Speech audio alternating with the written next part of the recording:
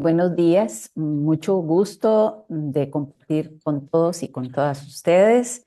Yo soy Giselle Bosa, coordinadora del programa de Libertad de Expresión y Derecho a la Información de la Universidad de Costa Rica. Es un programa académico dedicado a la investigación, a la acción social y a la docencia en temas muy importantes para las sociedades democráticas, como es la libertad de expresión y el derecho a la información.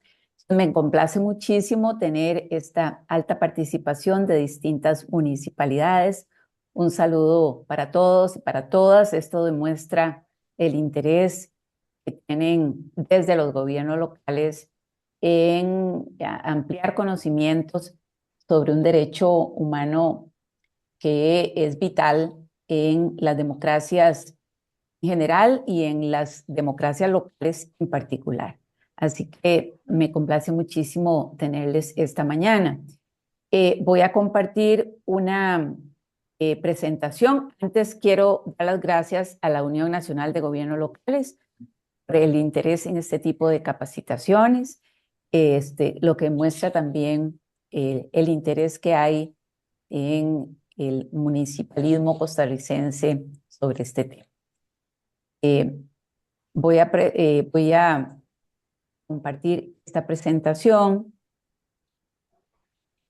para poder ubicarnos en la temática de esta mañana. En general, me voy a referir a un nuevo marco normativo que tiene el país, que entró en vigencia desde noviembre de 2024.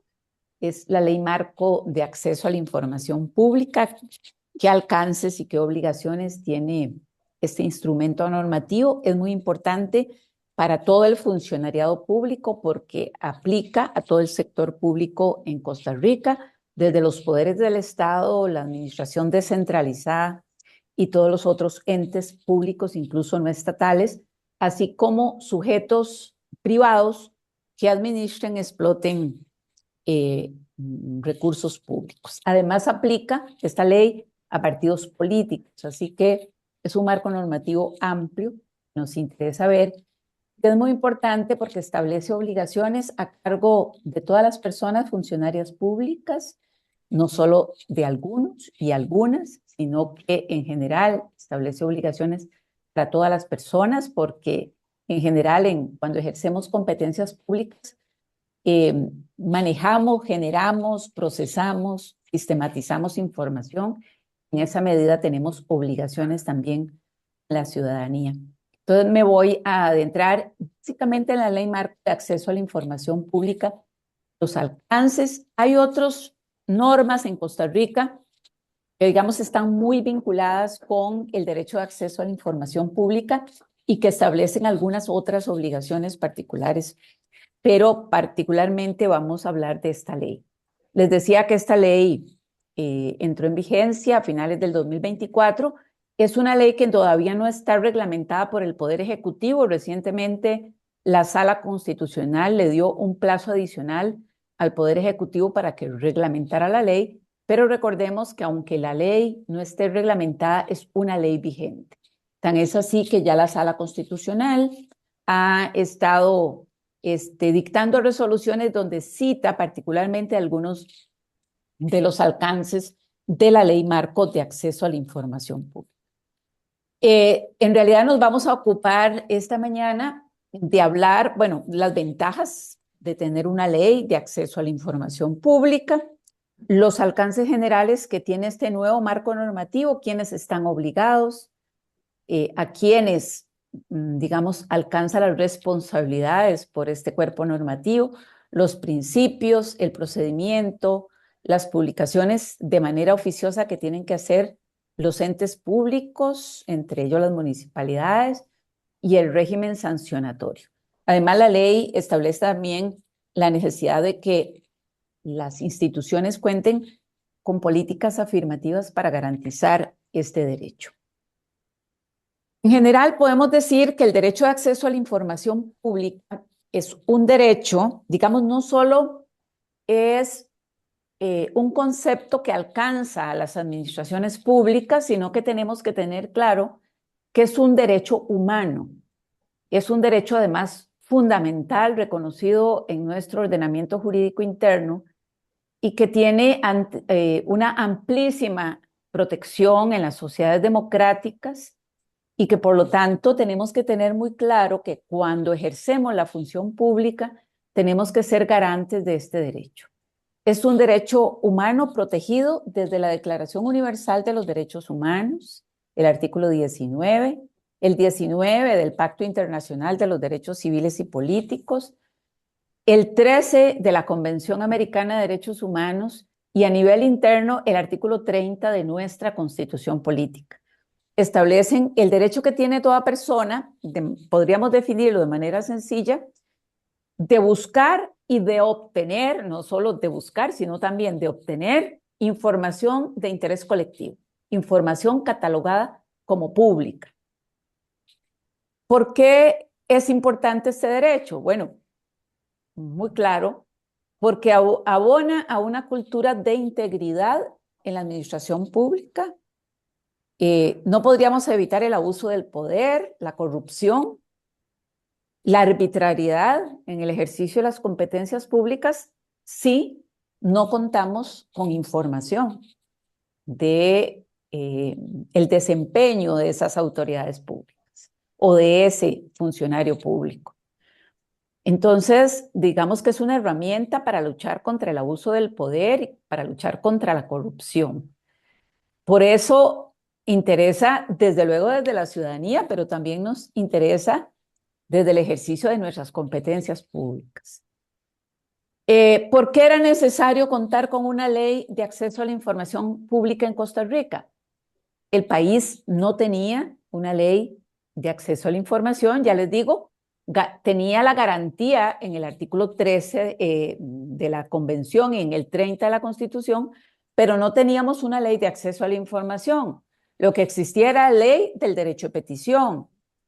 Ustedes tenían una ley que se dictó, por ejemplo, en el 2022, que es la ley que regula todos los aspectos de transparencia en los entes pertenecientes al régimen municipal, ley para garantizar la transparencia y el acceso a la información, la ley 10.205, que es una ley del 2022, pero que se queda corta frente a los alcances que tiene esta nueva ley, que es posterior en el año 2024. Hay otras leyes, por ejemplo, la ley para regular o para facilitar los trámites en las distintas administraciones, la ley de protección del ciudadano, del exceso de requisitos y trámites en la administración pública, que es la ley 8.220. Entonces son leyes que de manera, digamos, especial se relacionan también con el derecho de acceso a la información pública. Pero antes no teníamos una ley. Costa Rica era de los pocos países que a nivel regional no tenía esta ley. Incluso la OCDE nos había señalado que esta era una deuda pendiente del país para regular el derecho de acceso a la información pública de manera específica. ¿Qué era lo que venía pasando? Que frente a la ausencia de una ley, sí teníamos, afortunadamente, por parte de la Sala Constitucional, una jurisprudencia, es decir, una gran cantidad de resoluciones de la Sala Constitucional que declaraban con lugar recursos de amparo. Y podríamos decir que tenemos una jurisprudencia ampliamente garantista, es decir, una jurisprudencia que es vista a nivel regional como una de las mejores jurisprudencias que hay sobre derecho de acceso a la información pública. En general, la jurisprudencia de la Sala Constitucional en materia de libertad de expresión y de acceso a la información pública a nivel regional es ampliamente reconocida.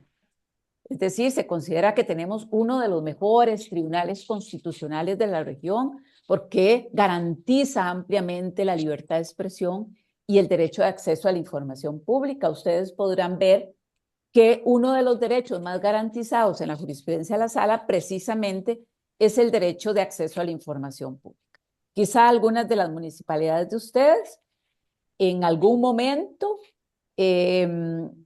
recibieron notificaciones de la Sala Constitucional por violación al derecho de acceso a la información pública, es decir, recursos de amparo interpuestos por personas porque gobiernos locales les negaban información en una materia determinada. Y que fueron estos recursos declarados con lugar precisamente por violación al derecho de acceso a la información pública, el artículo 30 de la Constitución. Entonces, teníamos ya por años, porque imagínense ustedes que desde principios del siglo XXI, en los primeros años de la Sala Constitucional, ya habían muchos recursos de amparo declarados con lugar. Hay alguien que tiene un micrófono abierto, nada más para que puedan chequear, por favor. Entonces les decía que desde los primeros años de funcionamiento de la Sala Constitucional, la Sala ya había declarado con lugar muchos recursos de amparo.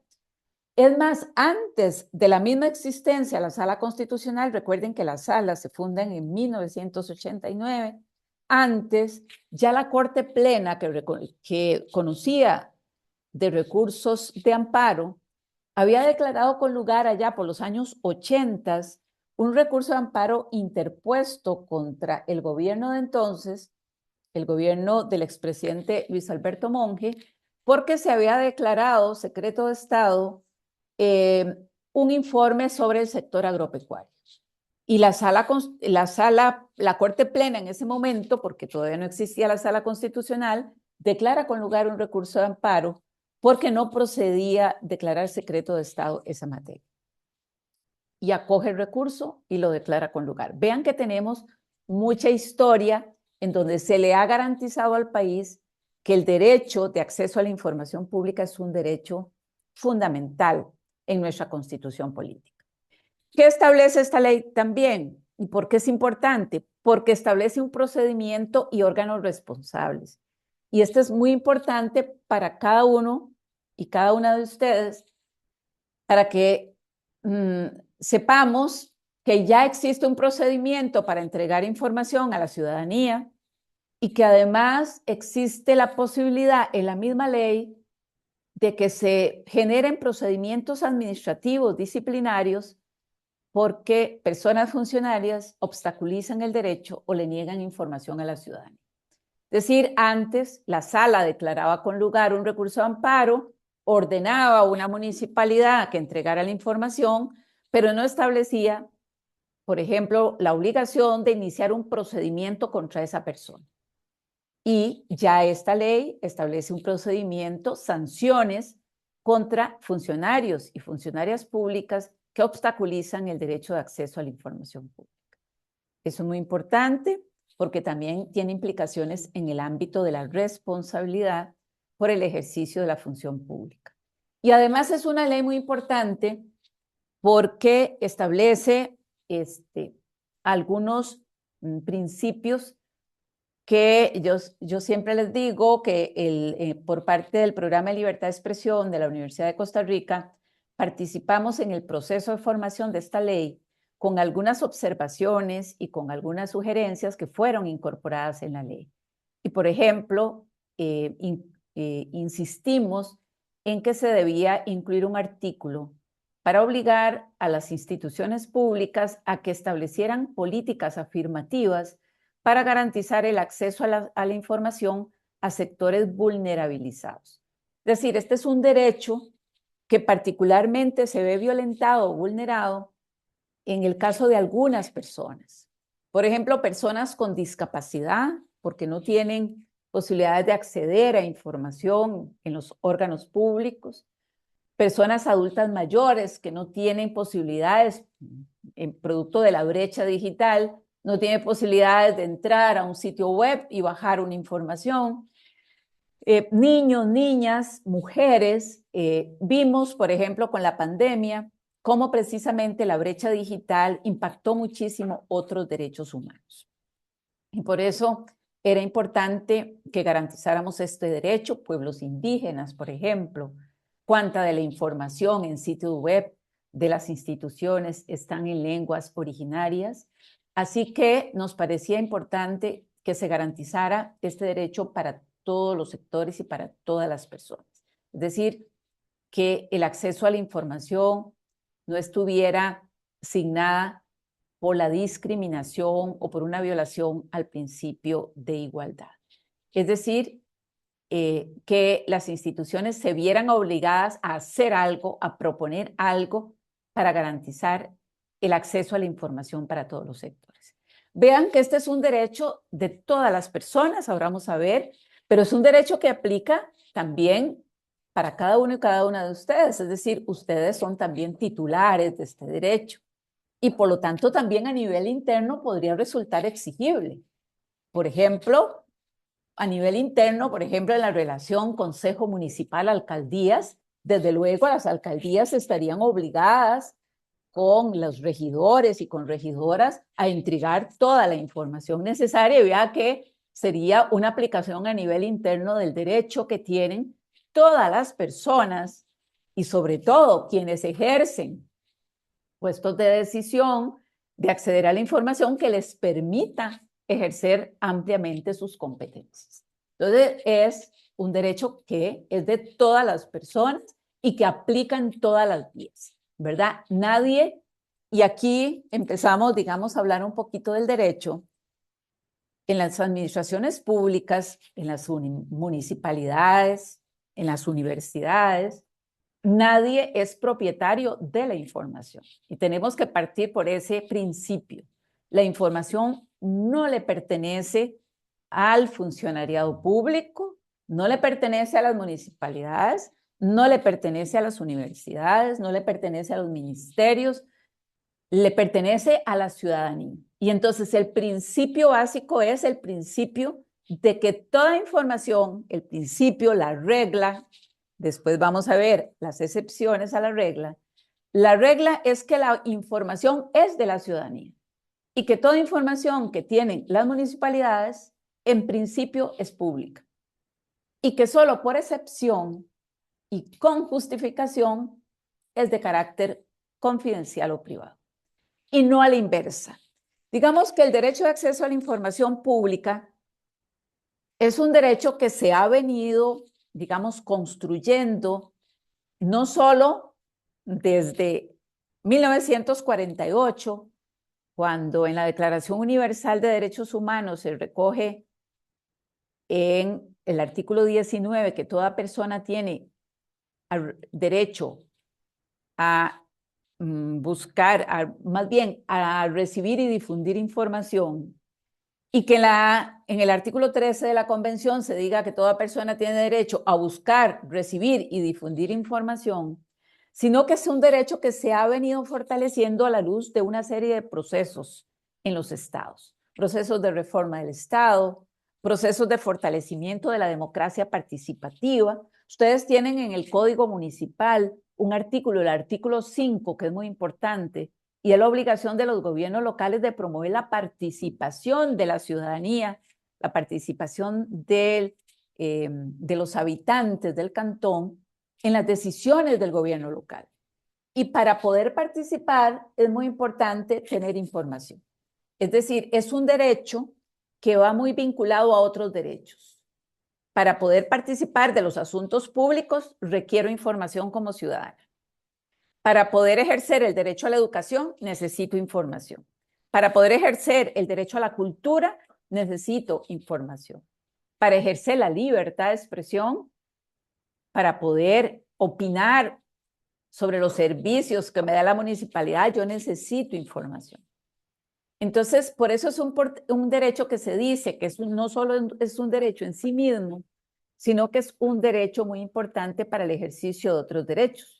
Derechos de participación política, derecho a la educación, derecho a la salud, derecho a elegir, ser electo, etc. Entonces, es un derecho muy importante a nivel local. Entonces, lo vinculamos con este artículo 5 del Código Municipal, porque sin información no podemos participar de los asuntos públicos, de los presupuestos participativos, de los cabildos, de los abiertos, pero de cualquier otra decisión que tome el Consejo Municipal, etcétera, ¿verdad? Entonces, es un principio esencial, digamos, de las democracias locales.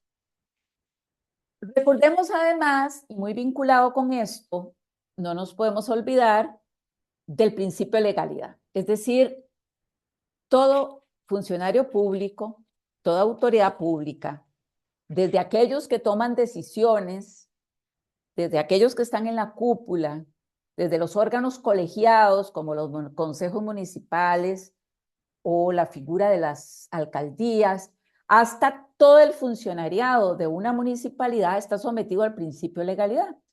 Recordemos que este principio significa, en términos muy sencillos, que ningún funcionario público puede hacer algo que no le esté expresamente autorizado en la norma, en la ley.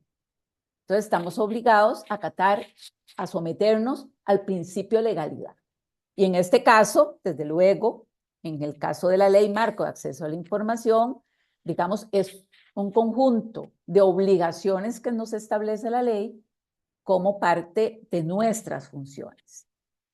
Pero no solo para las alcaldías, no solo para los consejos municipales, para la persona que atiende al público, para la persona que recibe al público, para la persona que dirige, no sé, el departamento de patentes, de gestión ambiental, etcétera, de una municipalidad, pero también para todo el equipo de trabajo. Es decir, esta ley obliga a todas las personas. Y recordemos que el principio de legalidad, además, que recoge el artículo 11 de nuestra Constitución, establece que la administración pública en sentido amplio, todos los entes y órganos que conforman la administración pública están sometidos a la rendición de cuentas y a una evaluación de resultados. Entonces, por eso, esta ley se vincula muchísimo con este principio. Entonces, vamos a decir, ¿qué es lo que garantiza esta ley? La 10.554. Garantiza el derecho a nivel legal, porque recordemos que ya estaba garantizado a nivel constitucional y a nivel convencional, en la Convención Americana de Derechos Humanos. Garantiza a nivel legal que toda persona, el derecho de toda persona, a buscar y a obtener, no solo a buscar, es decir, no solo es decir, cualquiera puede venir a la municipalidad y pedir información, es decir, es el derecho de obtenerla.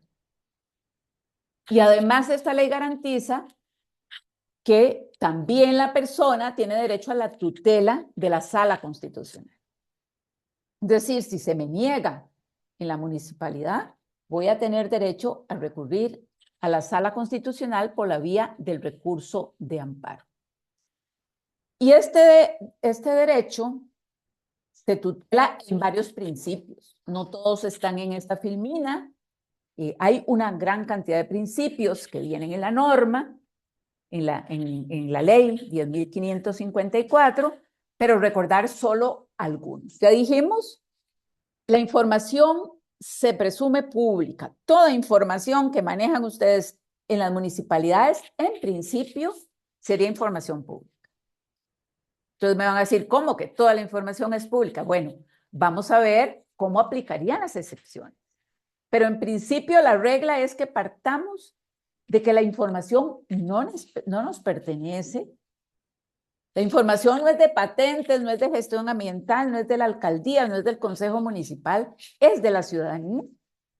Y que por lo tanto solo frente a una norma que expresamente me autorice, podría ser información confidencial o información reservada. Entonces, aplicamos el principio a la inversa. Durante muchos años, las instituciones públicas casi que aplicaban, todavía hay un poco de cultura de opacidad, de que la información me pertenece, la información de tal departamento, es la información que solo porque me lo autorice tal funcionario se puede brindar.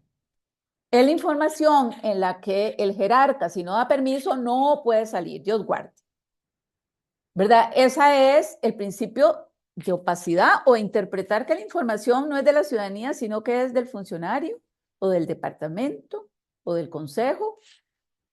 Claro que hay procedimientos y hay orden para que la transmisión de esa información sea ordenada, sea legítima, sea de calidad. Pero en principio la información no nos pertenece. Entonces, las administraciones públicas venían operando bajo el principio de opacidad, de que solo por vía de la excepción la información era pública, y nos preguntábamos si convenía o no al gobierno local la difusión de la información, si iba a quedar mal el alcalde, si iba a quedar mal el regidor, si iba a quedar mal el departamento, si conviene decirlo, si no conviene. La idea sería interpretar a la inversa ese principio. Es público, todo, pero por excepción podría ser confidencial. El segundo principio es el principio de facilitación, y a veces parece que operábamos con el principio de obstaculización. Es decir, que toda instancia, toda institución cuente con un conjunto de mecanismos y procedimientos para facilitar el principio anterior, el principio de transparencia. Y aquí lo ligamos muchísimo con el principio de coordinación institucional. Es decir, cómo organizar y armonizar todas las actuaciones para que la información se entregue con celeridad y con oportunidad. Es decir, no es aquello de que me llaman a patentes y me están pidiendo información de gestión ambiental y yo digo, no, eso no es aquí, llame al número tal, gracias. No.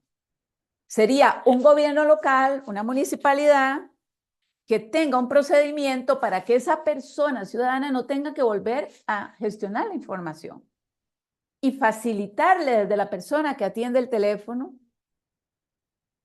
mire, le voy a comunicar con la persona, o mire, este es el correo oficial de la municipalidad y puede formular, ahí le va a llegar a usted una notificación cuando ingrese la solicitud. Pero eso no es el funcionario que dice, no me toca, es del departamento tal, eso le corresponde a fulano o a fulano. Ese es el principio de facilitación y ese es el principio de coordinación institucional. ¿Cómo armonizamos, cómo organizamos de tal manera que una llamada que entra a otro departamento pueda ser debidamente canalizada? Eso es garantizar mecanismos, eso es garantizar procedimientos, y por eso la ley lo que propone es que las instituciones tengan protocolos de acceso a la información. ¿Protocolos cómo? Bueno, cada institución va a tener que organizarlos. Ya les digo que esta ley todavía no está reglamentada por el Poder Ejecutivo y podría ser que el Poder Ejecutivo sugiera procedimientos, porque la ley no establece órganos responsables al interior de cada institución. Habla de contralorías de servicios, digamos, sugiere que fueran contralorías de servicios. Habla de coordinación con los departamentos de gestión tecnológica, es decir, que podría estar ahí, pero también habla de departamentos de comunicación. Ya les digo, no sugiere órganos responsables. Había un proyecto de ley en donde se establecían oficialías de información en cada institución, pero la ley deja libre para que cada institución organice protocolos de acceso a la información, para que esa llamada pueda ser centralizada, pueda ser canalizada, para que esa solicitud de información tenga una ruta y tenga un procedimiento. Entonces, ahí es importante ir pensando en mecanismos y procedimientos. Otro principio es el principio de igualdad y no discriminación, y ese lo relacionamos con el 7 que está aquí, con el de inclusión y reconocimiento de la diversidad, y es garantizar, por ejemplo, en primer lugar, las personas que solicitan información no tienen que acreditar para qué van a utilizar esa información. Y es muy común que las instituciones públicas, cuando se solicita información, no sé, de un presupuesto, de una decisión, de un acto administrativo, le preguntemos a la persona para qué quiere la información. Eso es negar el derecho. La persona realiza su derecho, o, digámoslo a la inversa, la institución le garantiza el derecho a la persona con la entrega de la información. Y no importa para qué necesita la persona la información. Lo que el derecho garantiza es el derecho a saber. No garantiza el derecho de que, bueno, solo si es periodista lo entregamos. Solo si nos dice qué va a hacer con eso, lo entregamos. El derecho no exige que se tenga que acreditar para que la solicitud. Por lo tanto, ahí existiría una primera violación al principio de discriminación. No podría, y al principio de facilitación, ¿verdad? Entonces, en ese sentido, la solicitud pura y simple es la que se tiene que tramitar. Menos exigirle firma digital, menos exigirle una formalidad a la solicitud, menos exigirle que me diga para qué quiere esa información la persona ciudadana. Entonces, principio de igualdad y no discriminación, facilitar el acceso a la información a personas con discapacidad, a personas adultas mayores que no tienen acceso a un sitio web. No le vamos a decir, señor, mire, esa información está en el sitio web, búsquela ahí. ¿Verdad? Vamos a tener que orientar a las personas, no sé, para ingresar al sitio web o para entregarle copias físicas si la persona no puede de ninguna manera hacerlo. O si el gobierno local no puede poner a disposición de la ciudadanía un dispositivo en donde las personas puedan llegar y acceder a la información. Entonces, hay que garantizar el acceso a la información a personas indígenas, a personas con discapacidad, a personas adultas mayores, a mujeres, dar información útil a las mujeres para la protección de sus derechos, a los niños y niñas, información de calidad que resulte útil para que los niños y niñas se puedan ir formando en democracias locales. Es decir, es pensar más allá incluso que lo que la norma establece de manera específica. Principio de inclusión. ¿Cómo incluimos a más personas en este derecho? Y el principio de oportunidad es el principio de dar respuesta siempre. Es decir, si a mí me solicitan información y yo no la tengo, porque no me corresponde dentro de mis competencias manejar ese tipo de información, pues siempre tengo la obligación de dar respuesta. Y simplemente no voy a dejar la solicitud, no tiene que ver nada conmigo, o la canalizo a otro departamento, o doy la respuesta, esto no le corresponde a la municipalidad, es competencia de una institución como, no sé, como el AIA, o como Limas. Levanté un acta ahí. Tenemos un micrófono abierto. Gracias. Entonces hay que tener cuidado de revisar muy bien todo lo que implica estos principios. Es decir, no solo es tramitar una solicitud, sino que hay una serie de características que signan ese derecho.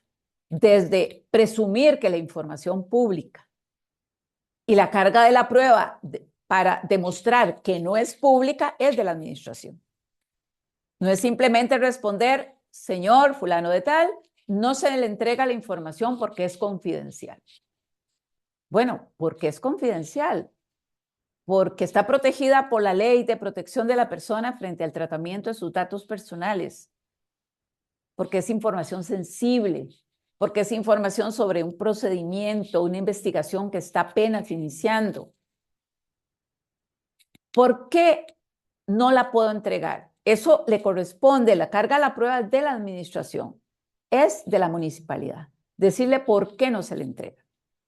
Y no simplemente porque no la vamos a entregar. O porque no nos demostró para qué iba a utilizar esa información. Entonces, presumimos que es pública. Es el principio pro administrado. Entonces, cualquier solicitud la tenemos que entender como que la persona tiene derecho a la información y no que tiene derecho a que se le niegue la información. Y siempre dar respuesta. ¿Quiénes tienen derecho de acceder a la información y quiénes están obligados a esa información? Bueno, dijimos que es un derecho que la ley garantiza a todas las personas, y todas las personas es todas las personas. La ley garantiza también el derecho a personas físicas, pero también a personas jurídicas. Esta es toda una discusión, porque se supone que los derechos humanos, los derechos fundamentales no son de personas jurídicas, sino únicamente de personas físicas. La ley establece que también personas jurídicas podrían hacer solicitudes. Y el derecho se le garantiza a toda persona, no hay excepción. Y toda persona es toda persona, ¿verdad? Entonces aquí incluimos niños, niñas, incluimos personas extranjeras, por principio de igualdad y no discriminación, y desde luego a los habitantes del cantón en general. La ley establece un procedimiento fácil, no formal, pero sí establece algunos requisitos. Pero vean que establece que toda solicitud puede ser verbal o escrita, es decir, no podríamos obligar a una persona a que nos traiga un documento escrito para solicitar la información en la municipalidad. La ley establece que puede ser oral, es decir, verbal o escrita. Para eso establece un procedimiento. En el caso de solicitudes verbales, la municipalidad va a tener que tener una solicitud, digamos un formulario de solicitud para entregarle a la persona administrada. Pero no se le puede exigir que presente una solicitud por escrito. ¿Quiénes están obligados? Bueno, obliga a toda la administración central, los poderes del Estado, a la administración descentralizada, entre ellas la descentralización territorial, que son las municipalidades, pero también otras entidades, por ejemplo, entes públicos no estatales y en general otras entidades de derecho público. Además, establece obligaciones, les decía, a personas jurídicas de derecho privado que administren, que custodien, que exploten bienes o servicios públicos y también a los partidos políticos. Nos parece, la ley es bastante amplia, aunque desde el programa de libertad de expresión queríamos que también se estableciera aquí obligación de algunas empresas privadas que manejan información ambiental. Ya la Corte Interamericana de Derechos Humanos ha dicho que la información ambiental es esencial para las comunidades y por lo tanto es información de interés público. Por lo tanto, no importa dónde se encuentre, sería información de interés público. Sin embargo, esta ley no establece obligaciones, por ejemplo, para empresas específicas en materia ambiental, que nos parece que fue una propuesta que hicimos que no se incluyó en la ley. ¿Cuáles son los fines de la ley? Bueno, la ley establece finalidades que son algunas de las que les comenté al inicio. Propiciar la transparencia en la gestión pública, la rendición de cuentas y el combate de la corrupción. Fomentar en las instituciones la aprobación de protocolos de acceso a la información y el uso de las tecnologías.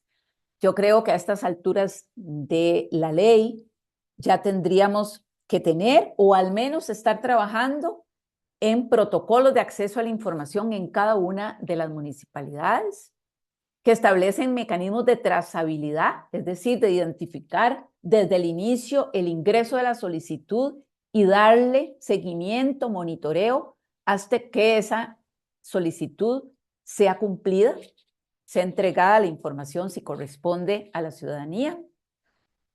Modernizar la organización de la administración pública en general. Yo creo que esto moderniza al crear protocolos de acceso a la información, organiza muchísimo la gestión administrativa de las municipalidades, le da seguimiento y les permite aprobar políticas afirmativas, ver dónde están las trabas, los obstáculos para ir avanzando en garantizar este derecho. Recuerden además que esto forma parte ahora y ya la Defensoría de los Habitantes está cambiando la metodología para medir precisamente el índice de transparencia en cada uno de los gobiernos locales. Entonces, vean que tienen que ir ajustando esta gestión a las exigencias de la Ley Marco de Acceso a la Información. Facilitar la participación de las personas en los procesos de tomas de decisión. Ya les decía, verlo con el artículo 5 del Código Municipal, que establece las obligaciones de las municipalidades de propiciar la participación ciudadana en la gestión local. Y además, como les decía, implementar una política activa en materia de acceso a la información pública. Es un tema muy interesante que da para que las municipalidades puedan innovar.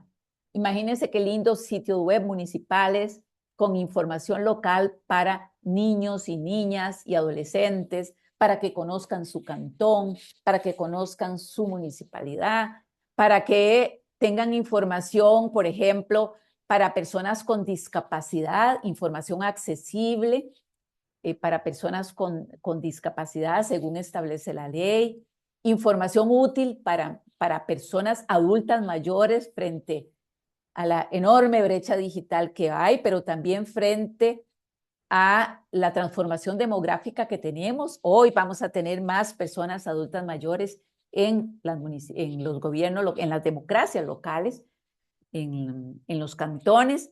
Por lo tanto, sería lindísimo sitio web que tengan lenguaje claro. Hay todo un movimiento a nivel mundial sobre lo que se llama el lenguaje claro o el lenguaje democrático. Traducir, por ejemplo, al lenguaje sencillo decisiones de la municipalidad, aspectos presupuestarios. Esto sería muy interesante para políticas de gestión de tecnologías a nivel local o para las unidades de comunicación de las municipalidades. Cómo traducir todo en lenguaje claro, en lenguaje democrático. Este es un movimiento que, por ejemplo, a nivel de Poder Judicial es muy importante, ligado a los conceptos de gobierno abierto, de justicia abierta, de parlamento abierto, de municipalidades abiertas. Qué lindísimo incorporar políticas afirmativas en esta materia. Así que da para mucho, para pensar, para innovar también. Y para cumplir con un principio muy importante. La ley parte de un principio esencial, es el principio de transparencia activa y de máxima divulgación. Es decir, las administraciones públicas no tienen que estar esperando que la ciudadanía llegue a pedir la información.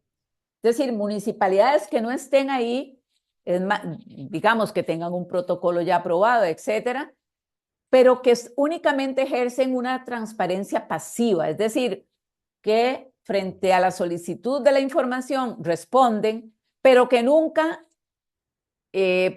propician canales permanentes, canales innovadores para transmitir la información a la comunidad. Esto tiene que ver con transparencia activa, es decir, más allá de lo que me pide la ley, la municipalidad está innovando, le está entregando información útil y de calidad permanentemente a la ciudadanía.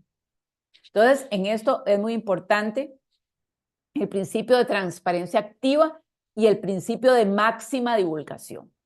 Todo el presupuesto todo lo tenemos que divulgar, excepto aquello que esté expresamente tutelado y protegido. Ese es el principio de la ley. ¿Qué aspectos tenemos que tomar en cuenta a nivel local? Bueno, algunos de los plazos, una ley importante que establece plazos que veníamos aplicando en las administraciones públicas en general y en las municipalidades de los 10 días. ¿De dónde salían los 10 días? Bueno, los 10 días salen de la ley del derecho de petición, pero también del artículo 32 de la ley de la jurisdicción constitucional para presentar recursos de amparo. Esta ley establece ya los plazos concretos con los que tenemos que regirnos para el derecho de acceso a la información pública. Y tiene 3 plazos distintos que tenemos que tomar en cuenta. El primer plazo es este plazo común, que ya lo veníamos manejando de manera ordinaria, que es el plazo no mayor a 10 días hábiles. ¿Esto qué significa? Que la norma, digamos, es que toda solicitud de información se tiene que entregar en un plazo no mayor a 10 días hábiles. Cuando este plazo fenece, termina y no entregamos la información, partimos de que hay una violación al derecho de acceso a la información pública y que la persona tiene derecho a recurrir a la Sala Constitucional para la tutela de este derecho. Ese es un plazo máximo, digamos, de 10 días hábiles. Pero vean el plazo que está ahí con la letra C. Es un plazo de entrega inmediata. Y la ley lo que dice es que la información preconstituida, es decir, la información que ya aparece o se tiene en registros en la institución, tiene que entregarse de manera inmediata. No es aquello de por sí tengo 10 días y después que se espere mientras se lo entrego. Si la información ya consta, ¿qué información puede constar? Un acta de un consejo municipal, una grabación, un registro que está ahí ya, un documento que ya existe, que lo tiene un departamento, que no hay que hacer nada, que no hay que extraer información de archivos diversos, que no hay que sistematizar información de varios departamentos, sino que ya existe y es información que figura en un registro y que es de entrega inmediata, la ley no lo exige. Entonces, si es información preconstituida, no hay que esperarse, hay que entregar de manera inmediata. Y finalmente, el plazo C, el B, que está con la letra B, no es que la ley lo establece así, es para efectos de la presentación, es que hay algunos asuntos o algunas solicitudes más complejas que pues la administración no va a poder entregar la información en un plazo de 10 días hábiles porque se requiere extraer de archivos, sistematizar, solicitar a varios departamentos.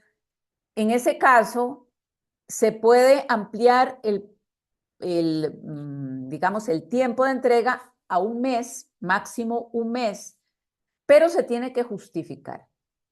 No es simplemente no podemos entregar la información en 10 días y vamos a tomarnos tantos días más, sino que le vamos a responder a la persona solicitante por qué no se lo podemos entregar en el plazo de 10 días hábiles.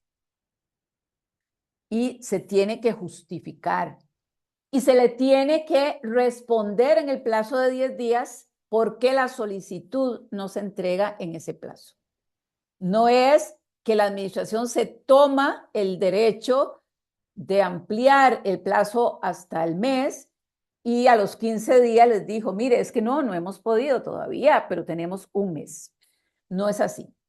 10 días hábiles y si no se puede por la complejidad de la información, vamos a responder en los 10 días hábiles y vamos a decirle al administrado en qué plazo vamos a entregar, a cumplir con la obligación de entregar la información.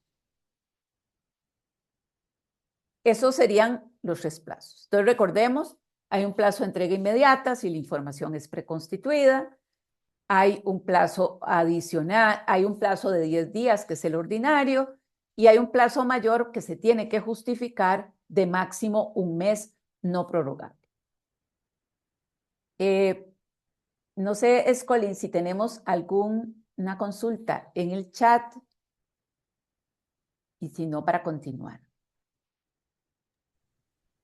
Sí, tenemos una que dice, buenos días. En el caso de mi municipalidad no publican los estados financieros y los informes de ejecución presupuestaria mensualmente. Incluso he realizado las solicitudes internas vía correo electrónico. pero se me ha negado por órdenes verbales de la alcaldesa. Estoy en proceso para presentar un recurso de amparo en la sala cuarta para solicitar la información, pero quisiera más asesoría sobre la obligación para la administración para que se publique la información en la página web oficial. Sí, bueno, en realidad nosotros no damos asesorías legales para el caso concreto, pero si usted me lo pregunta a nivel general, sí hay obligación.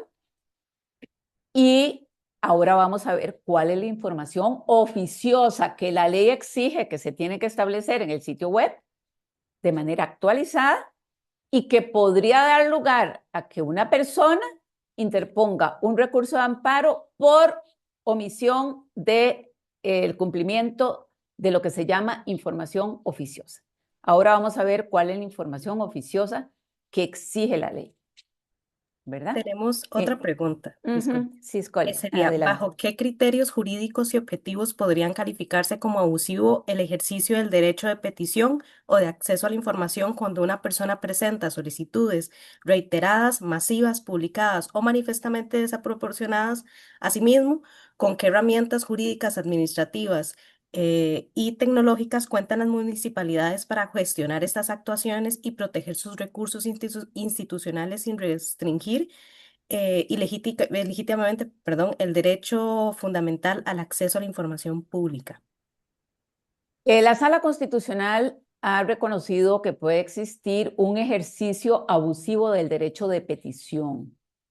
La Sala se ha referido al derecho de petición y ha definido muy claramente lo que es el ejercicio abusivo del derecho de petición.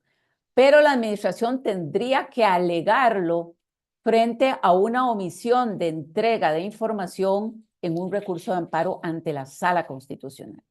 Es decir, no hay un derecho del funcionario público para alegar por la vía de un amparo, por ejemplo, el ejercicio abusivo del derecho, sino que se tiene que alegar ante la Sala Constitucional. Pero la Sala ha declarado ya, en algunos casos, el ejercicio abusivo del derecho a petición frente a solicitudes recurrentes que evidentemente lo que tratan, la intencionalidad es de entorpecer, dificultar, afectar la actividad ordinaria de la administración.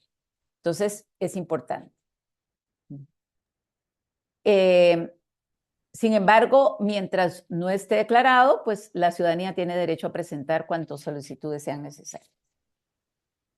Tenemos otra pregunta, Sí, perdón. Dice que sí, si la ley toma en consideración de algún modo el ESCO para facilitar el acceso a la sí, información. sí, ahorita lo vemos en la norma específica. Ok, Bueno, les decía sobre los plazos. Scolin, si en algún momento hay algunas otras preguntas, entonces usted me las puede leer y me interrumpe sin ningún problema porque no tengo aquí acceso al chat para ir viendo la presentación. claro, con mucho gusto. La solicitud, ¿cómo se debe hacer? Les decía que la solicitud es absolutamente informal porque sería una contradicción con el principio de facilitación, con el principio de coordinación, con el principio de inclusión, que estableciéramos grandes requisitos o grandes formalidades para que la persona pueda solicitar la información. Entonces, la solicitud es una solicitud básica, muy sencilla, que tiene mínimos requisitos y estos requisitos son básicamente para darle trazabilidad a la solicitud y para que la municipalidad también y en general la administración pública en sentido amplio pueda ya hacer trazabilidad de las solicitudes y pueda documentarlas además, porque es importante que ustedes desde ahora lleven un registro de solicitudes de información que se dan en las instituciones para que en la memoria anual, en la rendición de cuentas que se hace, tengan que incluirse cuántas solicitudes de acceso a la información fueron presentadas, de qué temáticas, y esto le va a permitir además a la administración hacer un control. Miren, en donde más solicitudes de información es en esta materia, por lo tanto, hagamos transparencia activa, como diría la compañera, pongamos tales presupuestos, la ejecución presupuestaria, antes de que nos la vengan a pedir. Entonces, ahí nos permite, como administraciones, también hacer ese control de la cantidad de solicitudes y el tipo de información que se solicita. Entonces, la solicitud puede ser verbal o escrita. Y si llega de manera verbal, a quien atiende el público, esa persona va a tener que tener formularios para extender el comprobante de acuse de recibo. La ley lo exige. Entonces, la ley dice, la solicitud puede ser verbal o escrita, pero las administraciones van a tener que tener un formulario en donde la persona, si la hizo por escrito, ponga el nombre, el número de identificación, la información que solicita y el medio para recibir esa información. Si la solicitud es omisa o si la solicitud no nos queda clara qué es lo que está pidiendo exactamente, la administración tiene que hacerlo en 3 días, no después de 10 días. No entiendo qué es lo que quiere usted, sino en 3 días se le tiene que requerir a la persona solicitante para que aclare qué es lo que solicita. Y la persona solicitante va a tener 5 días para subsanar, para decir es esto, esto y esto. ¿Verdad? Entonces, vean que hay un procedimiento mínimo necesario. ¿Qué es lo que tiene que hacer la administración frente a una persona que llegó y pidió la información ahí mismo o que mandó la solicitud al correo oficial? Pues extender comprobante de acuse de recibo inmediato, con fecha, el nombre de la persona que recibe, porque esta persona ya va a tener la obligación de darle trazabilidad a esa solicitud y la descripción de lo que pide de la solicitud. Eso es lo que exige nada más la ley. Por ningún lado dice que me tienen que explicar para qué quieren la información. Recuerden, si le pedimos a la persona que acredite para qué lo quiere, estamos violando el derecho de acceso a la información. Por lo tanto, la persona puede solicitar a la Sala Constitucional que declare con lugar ese recurso. Eso es el mínimo de requisitos, bueno, los requisitos mínimos más bien que establece la solicitud. De ahí no podemos pedir nada más. Mucho menos, y les decía, firma digital, por ejemplo. Es importante para que lo pensemos a nivel institucional. Primero, que a toda persona se le tiene que responder. Y se le tiene que responder aún en los casos en que no proceda la entrega de la información. Es decir, el acto de denegatoria, de decirle no podemos entregarle, se le tiene que motivar. Eso significa se le tiene que fundamentar. Mire, no se le entrega esta información porque es una investigación en curso. La denuncia se presentó recientemente, hay un procedimiento administrativo en curso y por lo tanto, en esta primera fase del procedimiento, la ley de administración pública o la norma tal establece que esa fase es únicamente de conocimiento para las partes. ¿Verdad? Entonces, vamos a interpretar los límites de manera restrictiva, no es de manera amplia.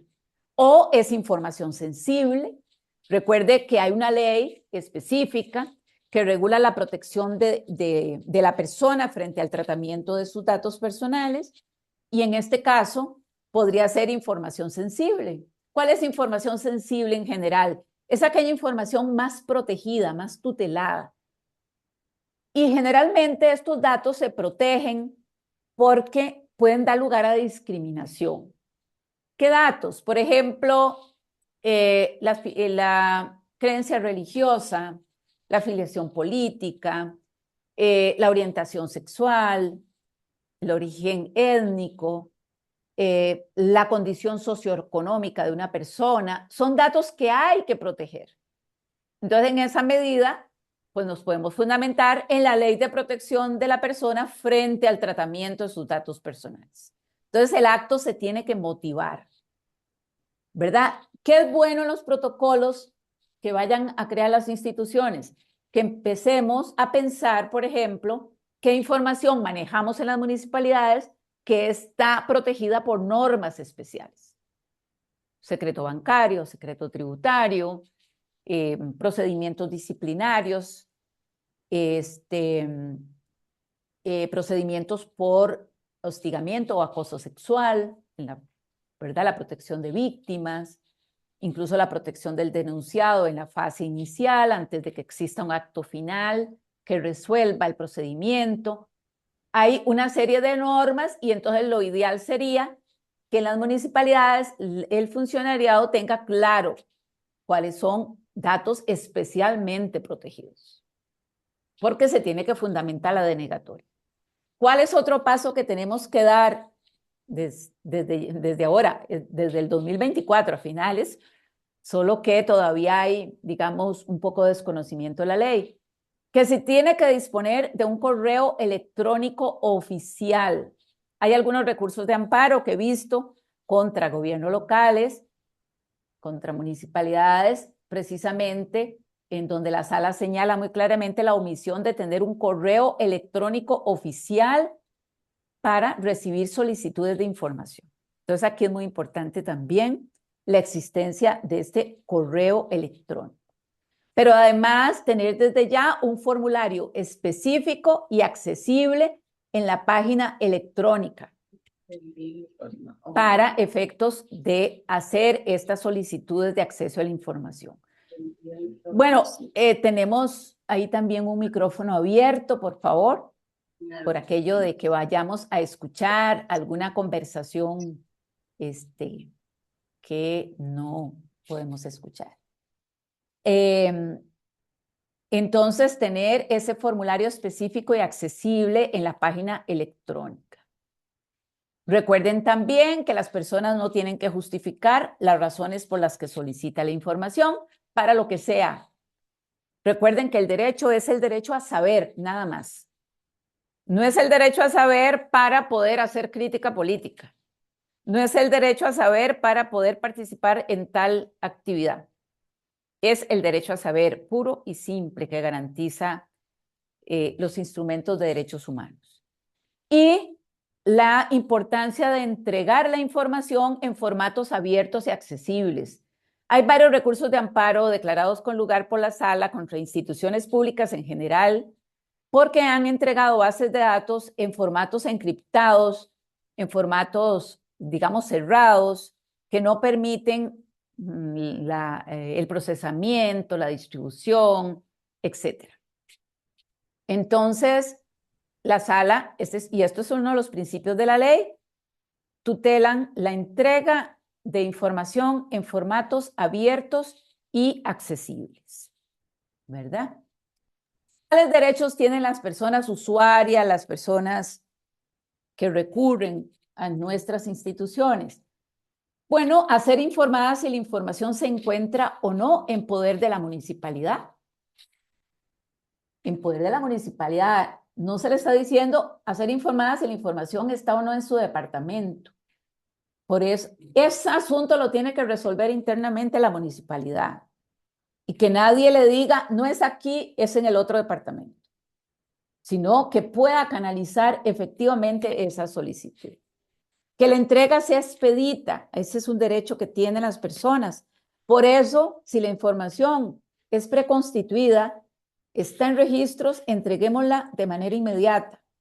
Tiene derecho a recurrir a la vía constitucional. ¿Cuándo? Cuando se le niegue la información en el plazo determinado, cuando se le entregue de manera incompleta, cuando no se le entregue o no se le dé respuesta, cuando se le pida que haga constar para qué quiere la información, o cuando, como preguntaba la compañera, omita información esencial que la ley establece como información oficiosa en el sitio web.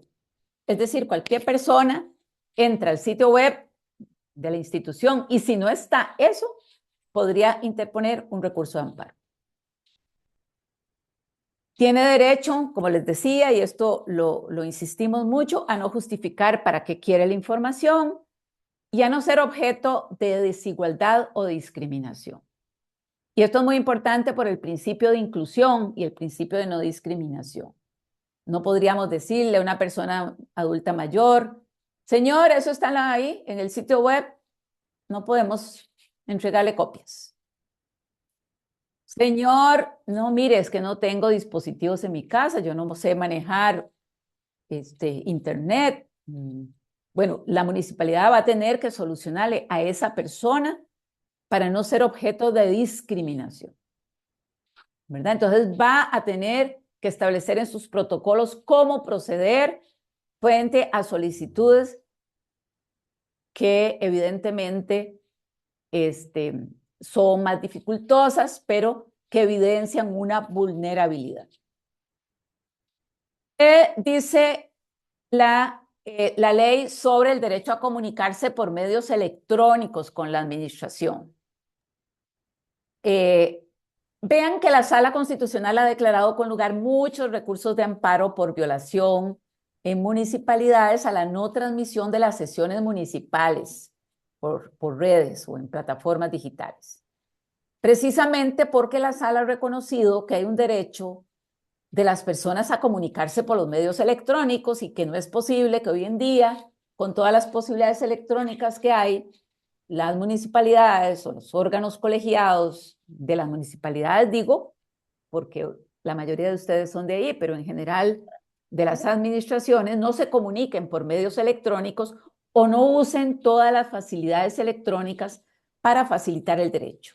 Entonces, lo que dice el artículo 8 precisamente es que cada sujeto obligado, es decir, en este caso, leámoslo, cada municipalidad, debe disponer un correo electrónico oficial y un formulario específico y accesible en la página electrónica con la finalidad de que sean utilizados como medios, pero no como el único medio para formular y atender las solicitudes. Es decir, por el hecho de tener ese correo electrónico en el sitio web no significa que es el único medio. Ya dijimos que una persona puede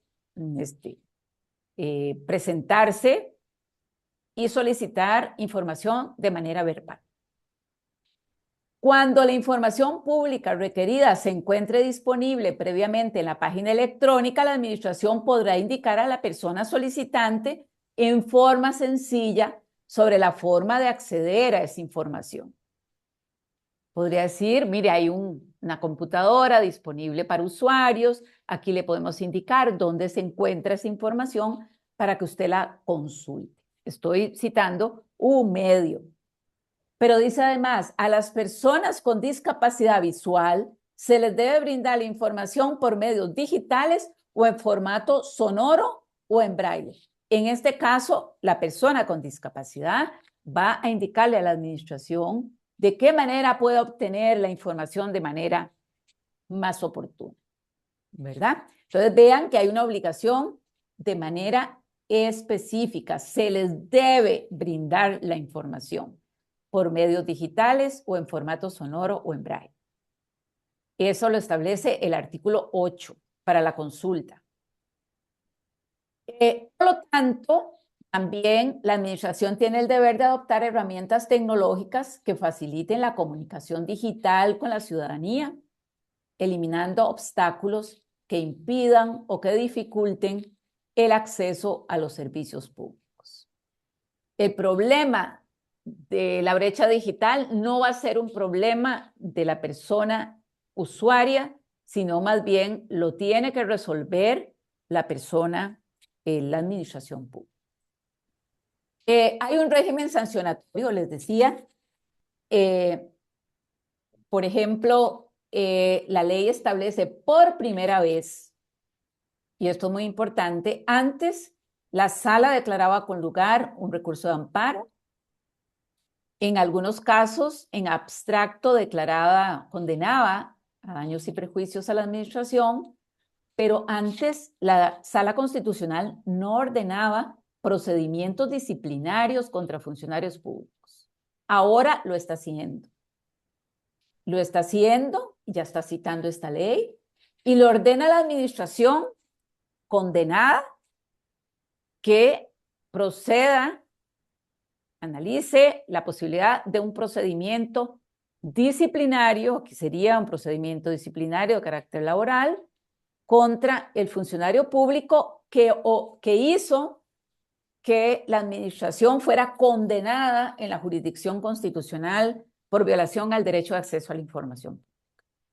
Entonces, cada uno y cada una de nosotras podríamos ser susceptibles de un procedimiento sancionatorio precisamente por rechazar, obstaculizar o provocar una condena por violación del derecho fundamental por parte de la Sala Constitucional en la institución en la que laboramos.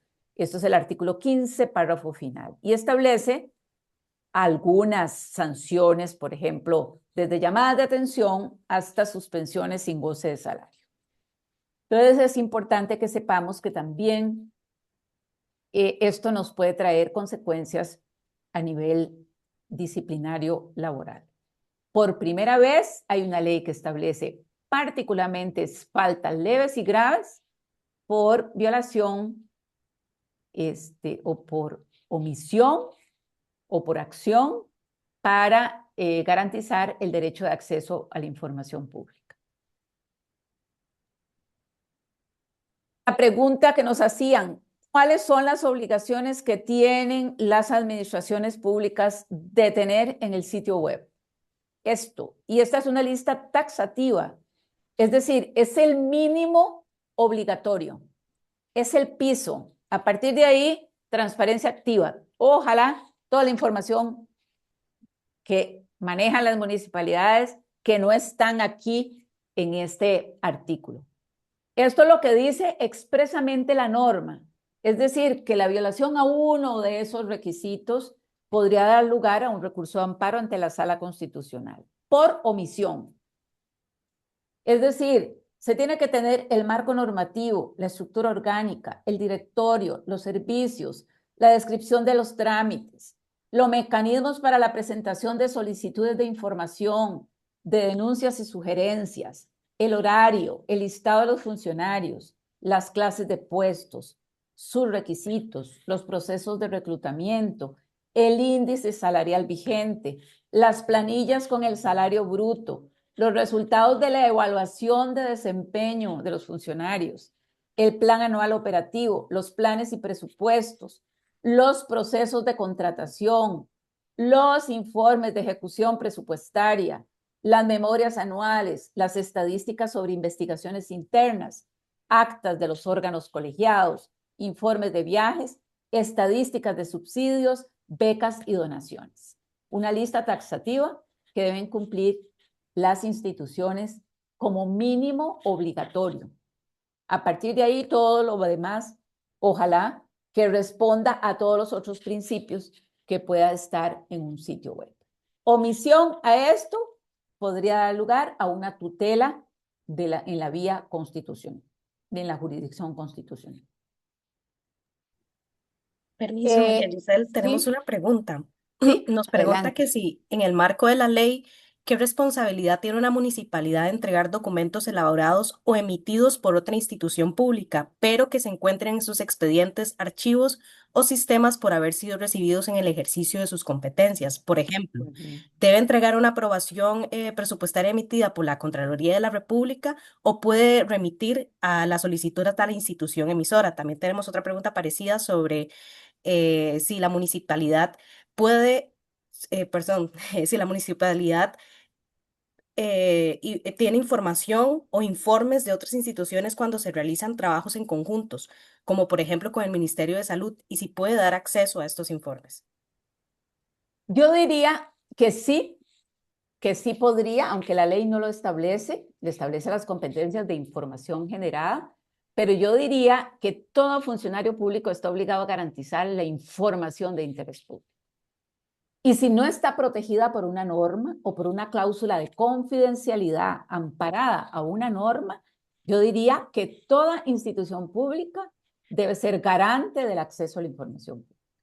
Ya les digo, la ley no lo establece de manera expresa y habla de la información que está o generada o producida o que disponen los órganos del Estado. Pero desde los principios que hemos visto, toda institución pública, todo funcionario público es garante de la información de interés público. Ahora, habría que ver en qué tipo de expedientes figura ese tipo de información y si esa información está amparada o está protegida a otros derechos. Si es información que podría evidenciar datos sensibles, datos protegidos, secretos tributarios, secretos bancarios. Entonces, ahí hay que tener ese cuidado de si esa, digamos, ese comprobante, ese documento emitido por otra institución, protege otros derechos y está amparada la protección a otras normas. Entonces, ahí sí hay que tener ese cuidado.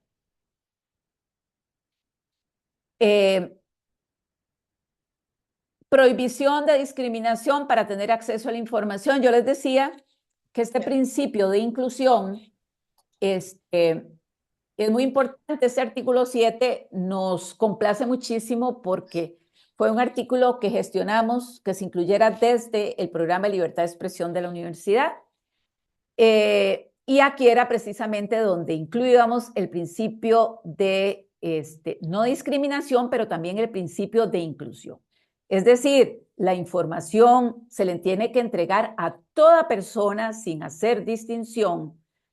Y es muy importante hacer énfasis en que no se puede, desde luego, discriminar por condición de discapacidad, por condición social, geográfica, de género, orientación sexual, identidad de género, étnica, racial o cualquier otra, y que se tienen que aplicar aquí de manera extensiva los instrumentos internacionales de derechos humanos, pero que además la administración está obligada, y en esto muy importante para las municipalidades, que se piense con antelación para los planes operativos, que la administración está obligada a dictar medidas para promover la igualdad de oportunidades para todos los sectores de la población a través de la inclusión de información oficiosa, que sea útil y relevante. Entonces, aparte de la información oficiosa que acabo de ver, según esta norma, estaríamos obligados a incluir en el sitio web de manera oficiosa, por ejemplo, información útil para personas adultas mayores, para personas con discapacidad, para personas indígenas, para niños, para niñas, para mujeres, que garanticen este principio de inclusión. Entonces sería lindísimo ver, por ejemplo, municipalidades que tengan una sección precisamente de inclusión social, en donde se considere la diversidad social, étnica, geográfica, cultural, de género que hay en nuestros cantones, en nuestras comunidades. Porque en el informe de labores se tiene que decir a la ciudadanía qué hizo la administración municipal para lograr esto. Se exige, es decir, podríamos exigirlo en el informe de labores, qué está haciendo su municipalidad para la inclusión de información oficiosa útil para estos sectores de la población. Entonces vean que también aquí hay un mecanismo de control de la ciudadanía para la gestión de los gobiernos locales. Este es un artículo que establece una regla general y dice que todo material producido, todo documento producido, es la regla general por un funcionario público o una funcionaria pública, un informe que usa un departamento en la municipalidad, en el ejercicio de sus funciones, se considera de dominio público, es decir, no estaría protegido por derechos de autor.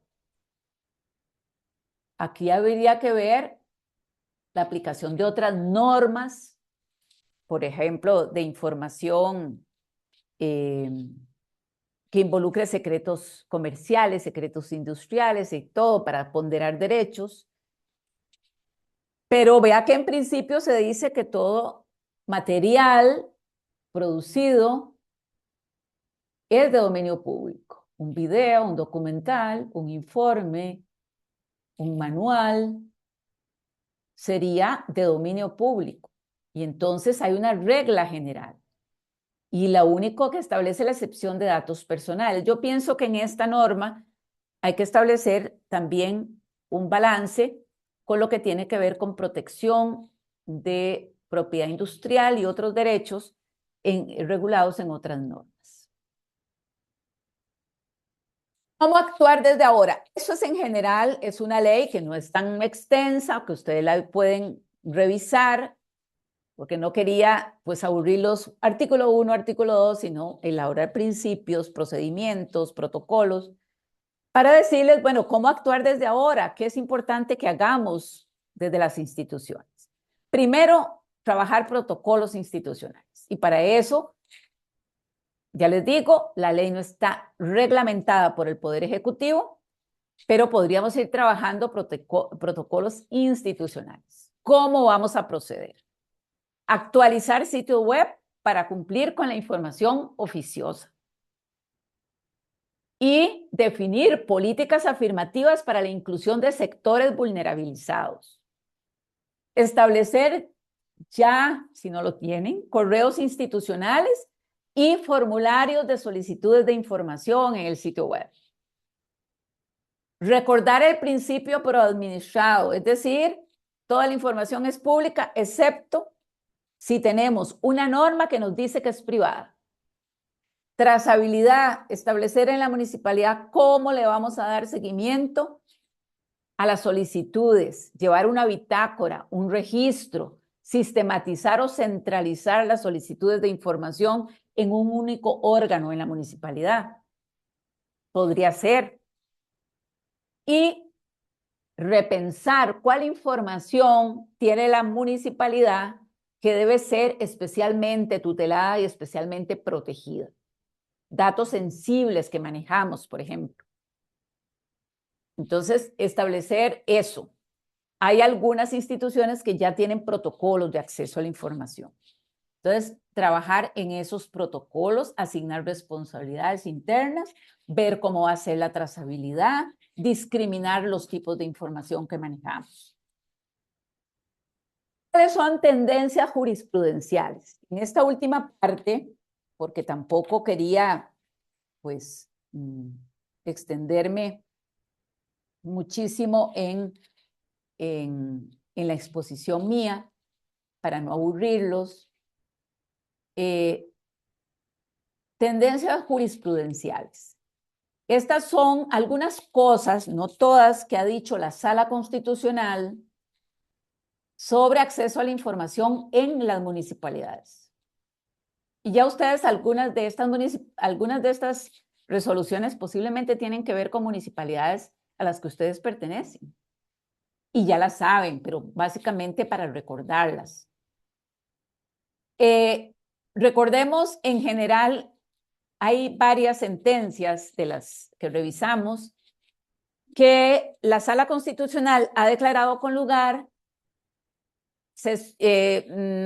por violación al derecho de acceso a la información pública, el caso de sesiones del Consejo Municipal que no se transmiten en plataformas digitales, ¿verdad? Y a pesar de que la municipalidad alegaba de que el acceso al público era libre y que los ciudadanos podrían estar ahí, la Sala ha dicho no. Y aquí vean ustedes que es donde la Sala se va muchísimo por el lado del derecho a comunicarse por medios electrónicos que tienen la ciudadanía. Entonces, importante siempre garantizar el acceso a la información por medios electrónicos. Y hoy en día que tenemos tantas plataformas, tantas redes, garantizar el máximo de información a través de la mayor cantidad de plataformas y medios electrónicos. Eso lo ha dicho mucho la Sala en casos de municipalidades. ¿Qué ha dicho también? Varios bloqueos que se han dado en municipalidades a redes institucionales, es decir, a perfiles oficiales que usan redes. Recordemos que las redes sociales son plataformas privadas a las que nos adherimos a través de un perfil. Y el perfil puede ser privado, personal, o puede ser un perfil público. Y entonces aquellos que son oficiales, institucionales, se convierte, se transforman de alguna manera en un medio, en un mecanismo de transparencia y de control ciudadano respecto a la actuación municipal. Por lo tanto, esa plataforma, a pesar de que era una red social privada, su infraestructura es privada, se convierte en un espacio público. Por lo tanto, mucho cuidado con lo que hacemos ahí. Por ejemplo, con el bloqueo a ciudadanos sin razones, digamos, fundamentadas, porque la persona ciudadana hace crítica política a la alcaldía, al consejo municipal, a un funcionario, eso no da derecho a bloquear. Recordemos que en una sociedad democrática, las personas públicas están obligadas a soportar la crítica. Están obligadas a soportar la crítica. No están obligadas a soportar los insultos y la difamación. Están obligados a soportar la crítica, aún aquella que le pueda resultar ofensiva.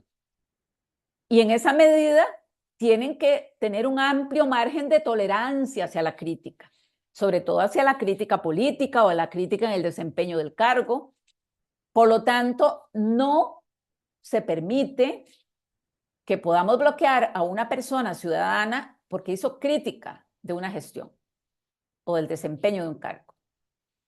Entonces, eso se ha dado no solo en municipalidades, en instituciones, entonces, en donde la sala ha declarado colugar, y esto se vincula mucho con el derecho de acceso a la información, porque si bloqueamos a un ciudadano de un perfil que funciona precisamente como espacio de transparencia y de control ciudadano, le estamos negando este derecho.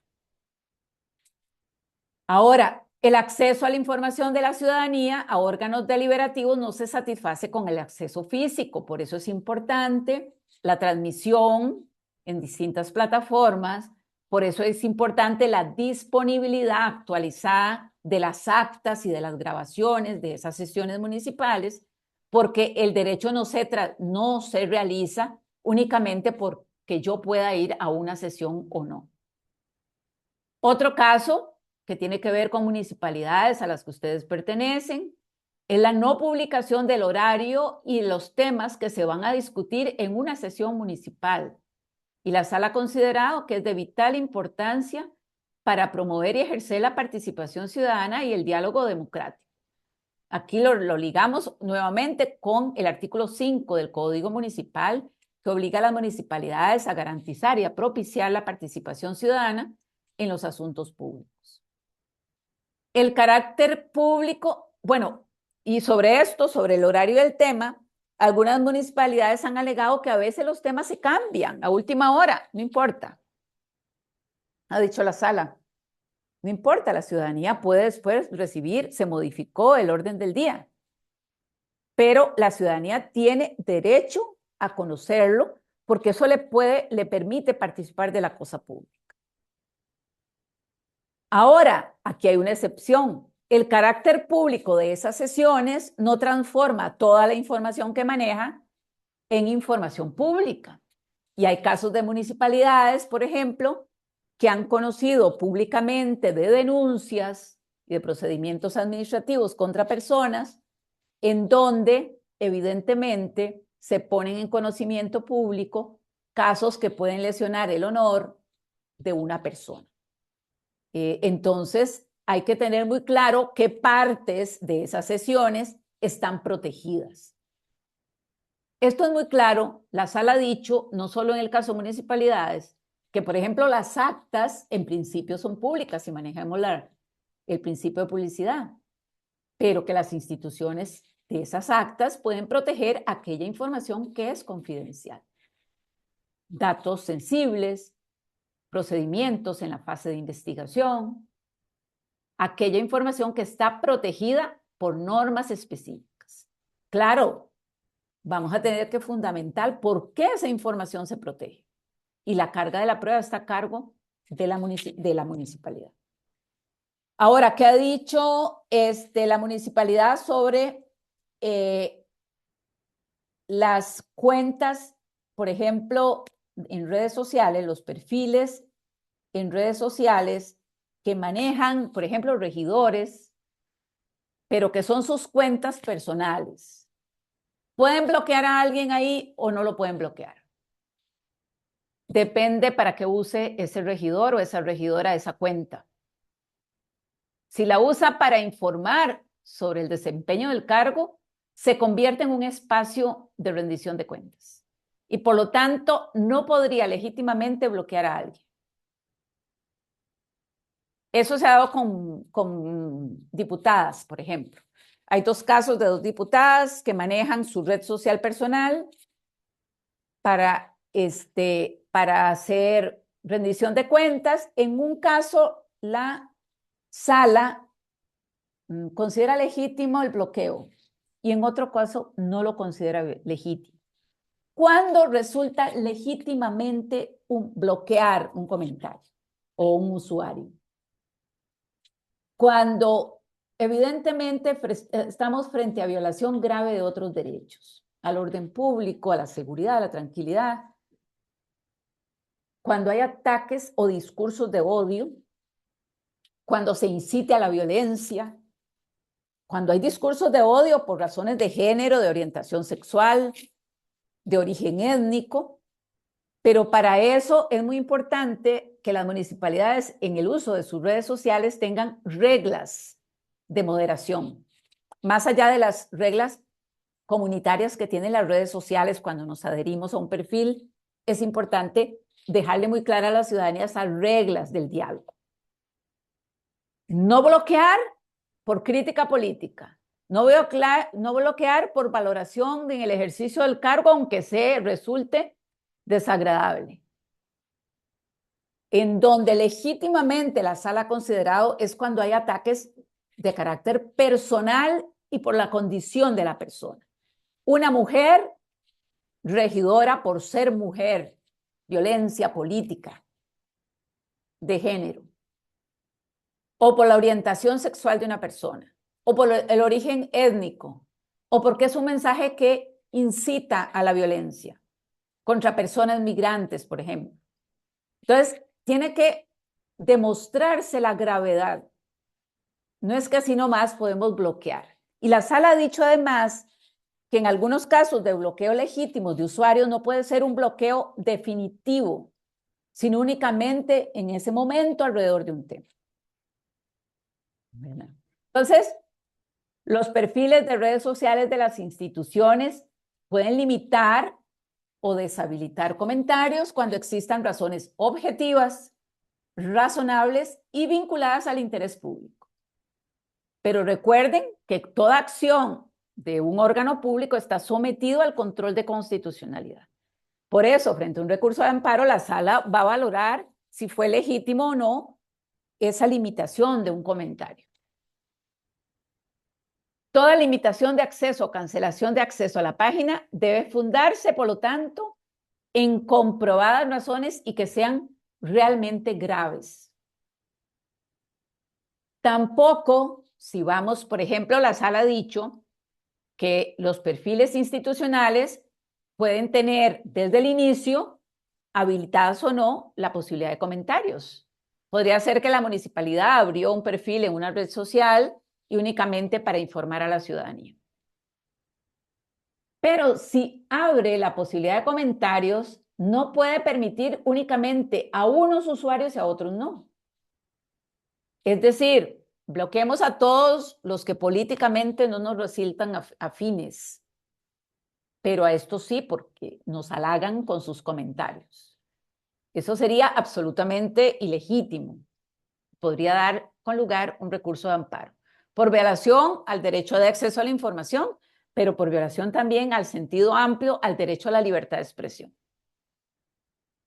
Por lo tanto, las redes sociales de las municipalidades deben garantizar la crítica y la libertad de expresión, aun cuando se trate de juicios de valor desagradables. Y el bloqueo de acceso a ese perfil que legítimamente se haga no puede ser indefinido, sino que debe circunscribirse a ese momento, a ese espacio temporal claramente definido y determinado. Entonces, por eso hay que tener cuidado quienes manejan las redes sociales institucionales y los alcances que tienen estos medios de difusión de la actividad institucional. La sala ha dicho, bueno, ya sobre eso les hablé, sobre facilitar la información del horario y los temas que se van a discutir en una sesión municipal, con miras a promover y ejercer la participación ciudadana. Los regidores deben adoptar las previsiones necesarias para salvaguardar la intimidad de las personas, en los que les decía ahora, los miembros del consejo no pueden así nomás divulgar datos sensibles o personales vinculados a una investigación. Yo creo que aquí la otra cara de la moneda es conocer en las municipalidades los alcances de la protección de datos personales. Yo creo que eso sería motivo de otra charla, ¿verdad? Porque es muy importante también esa protección. Y esto es muy importante. Hay un principio que establece la ley, que no se los mencioné al inicio, y es la obligación que tienen las autoridades, pero en general todos los funcionarios, de que lo que publiquemos en cualquier espacio institucional sea información de calidad, útil. No sean publicaciones que atenten contra principios constitucionales, porque recordar que toda persona en el ejercicio del cargo está obligado a garantizar los derechos humanos de todas las personas.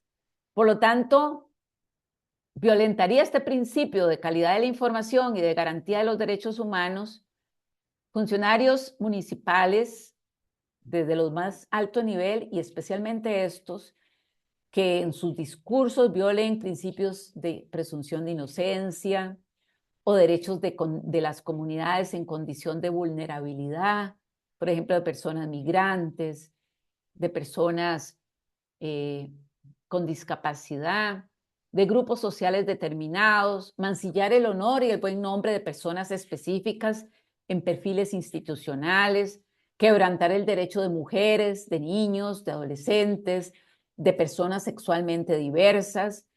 Es decir, esos sitios deben ser también garantes de los derechos humanos, lo ha dicho la Sala Constitucional, y además respetar las reglas de protección de datos personales sensibles o restringidos, ¿verdad? Y tener muy claro en cada gobierno local qué información es información pública y qué información está protegida.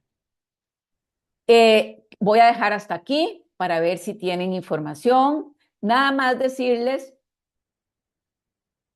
como para cerrar,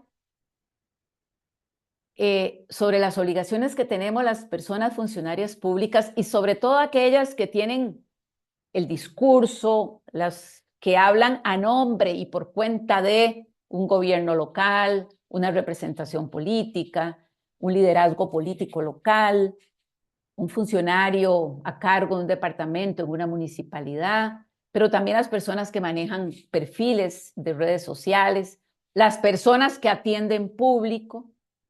Recordemos siempre que en las sociedades democráticas hay una fuerte protección para el debate abierto y para el debate inclusivo. No importa las personas que piensen distinto a nosotros.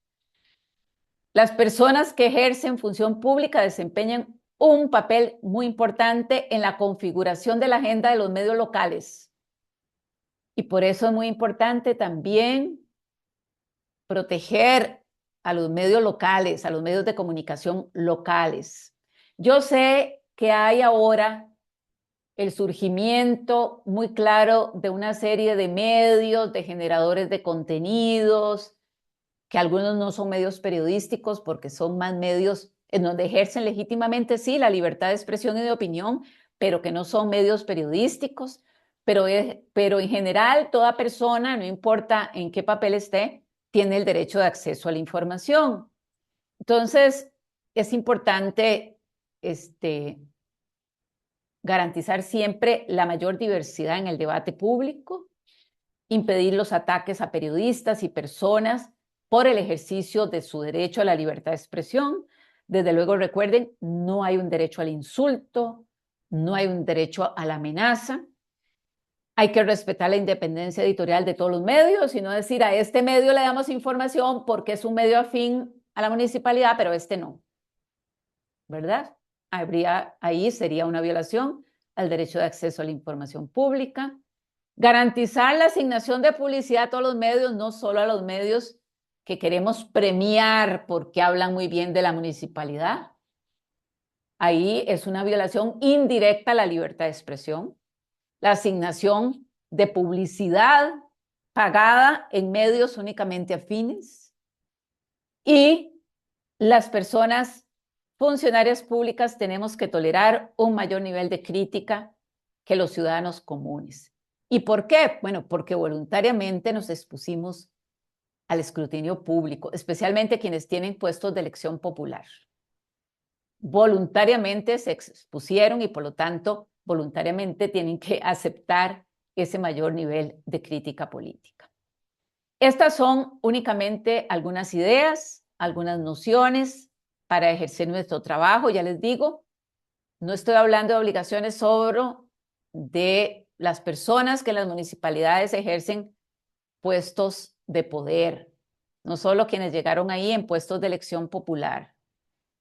Esto aplica para todas las personas en todos los niveles. Ya les digo, desde el funcionario que atiende y que recibe al público en la municipalidad, hasta que quien toma las decisiones administrativas y ejecutivas más importantes del gobierno local. Para todas aplican estos principios. Así que muchas gracias y Escolín, no sé si hay alguna pregunta adicional.